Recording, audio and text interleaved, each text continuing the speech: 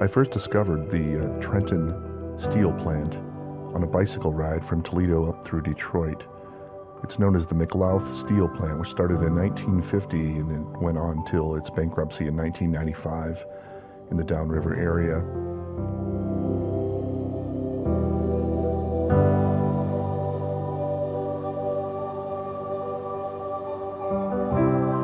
The next stop was Zug Island. It's a grit-laden pit of coal and noise and voluminous amounts of seagulls. It was kind of a nice sunny day, a little bit cool. It's an epicenter for a steel plant, for water treatment and other industrial workings, with the Ford plant up the River Rouge not too far away, and other petroleum industries and trains.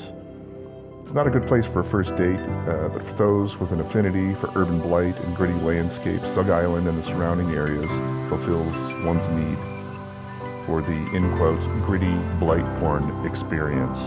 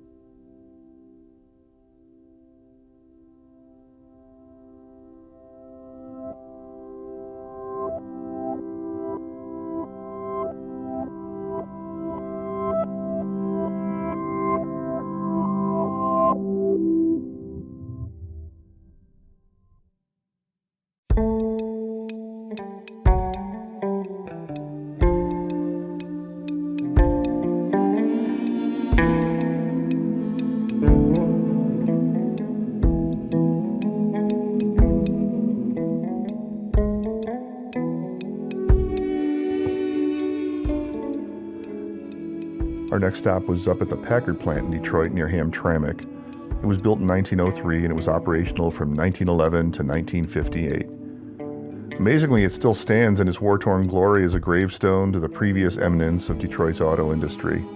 Various tenants have come and gone, urban explorers and underground parties and graffiti artists and vandals have all left their mark. Attempts have been made to clear the plant out completely with no success.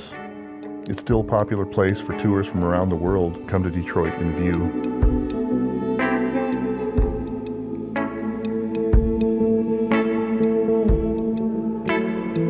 It was fun to take my friends Tom and Tony up. Tom had his drone and I had my drone as well. And we wanted to get some of the gritty and blight-filled areas of Detroit, with no disrespect to the people who've been unemployed as the result of all these closures of plants. It's a shame to see people losing their jobs, but for some reason, many people are attracted to this kind of thing with all the gritty, leftover plants that used to be alive. Perhaps it's a sentimentality. Yes, Detroit is making a comeback in the downtown area with all of its gentrified and yuppie businesses. There's nothing wrong with making something successful and functional, but we can't dismiss the fact that the eastern and western portions of Detroit are still in very depressed times. There's a lot of work to be done, and a lot of work that has been done to remove a lot of the burnout and decaying areas.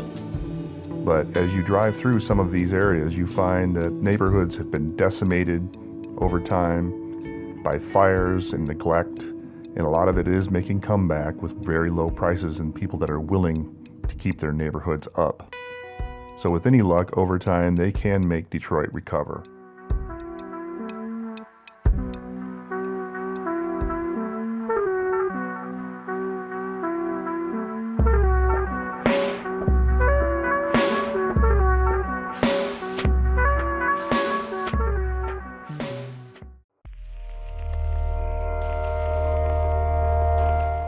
The final stop along the way was the Ford Wyoming Drive-In Theater in Dearborn, Michigan.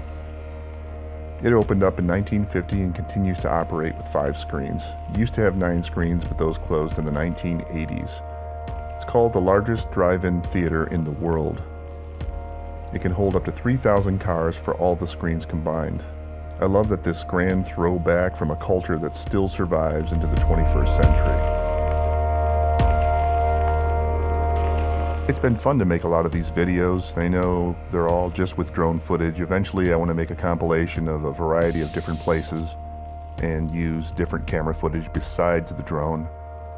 But until now I can't get over the quality and the cinematic aspects of all the perspectives that you do get with a drone that you wouldn't get any other way unless you owned a helicopter or an airplane.